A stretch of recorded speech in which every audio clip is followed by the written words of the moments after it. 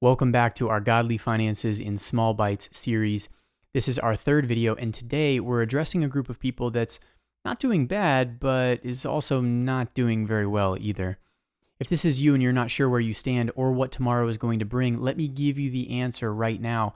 Start living below your means today. You need to be thinking about an emergency fund and how to commit to regular savings. Remember that idea that we introduced in the first video about a controlled crash? Well, the premise there is that we'd like you to start assuming control over the things that you do have control right now. And that means no more non-essentials. You might be thinking to yourself, I don't know if this is for me. I've got a job. And the best advice that we can offer you is start living like you don't have that job. I know you might be thinking this is a big change. And in future videos, we're going to discuss a secret that will help you make this shift and do it successfully.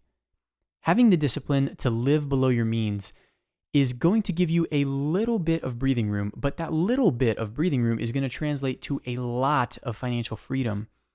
Even if God is going to protect your livelihood, it's almost a certainty that there are going to be people around you who are going to be less fortunate. And it's a basic tenet of our lives as Christians to take care of that less fortunate group of people. What will you do with your little bit of breathing room?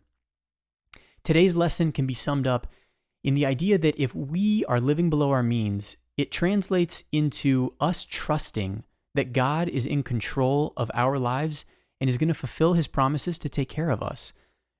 Listen to the reminder that we get in Matthew 6. Therefore, I tell you, do not worry about your life, what you will eat or drink, or about your body, what you will wear. Is not life more than food, and the body more than clothes? Look at the birds of the air. They do not sow or reap or store away into barns, and yet your heavenly Father feeds them. Are you not much more valuable than they? Can any one of you add a single hour to your life by worrying? And why do you worry about clothes? See how the flowers of the field grow.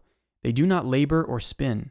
Yet I tell you that not even Solomon in all his splendor was dressed like one of these. If that is how God clothes the grass of the field, which is here today and tomorrow is thrown into the fire, will he not much more clothe you, you of little faith?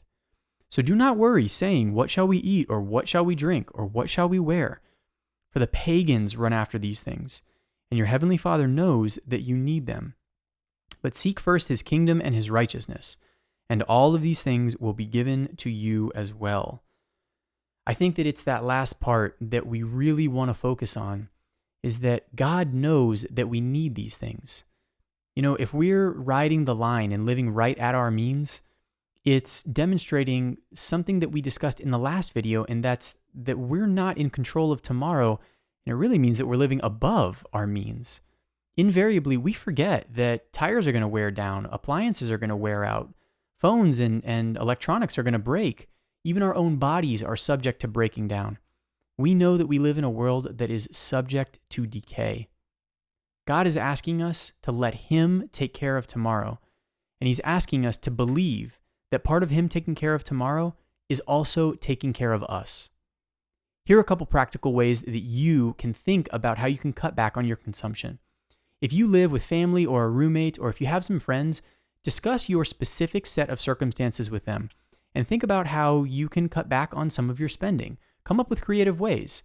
Maybe you can even trade recipes or try different ideas for cooking. Those are great ways to think about how you can avoid some of the pitfalls of eating outside the house. And parents, if you have kids, involve them in how you can maximize all of the dollars that you're saving. It could be a really fun way to teach them about saving money.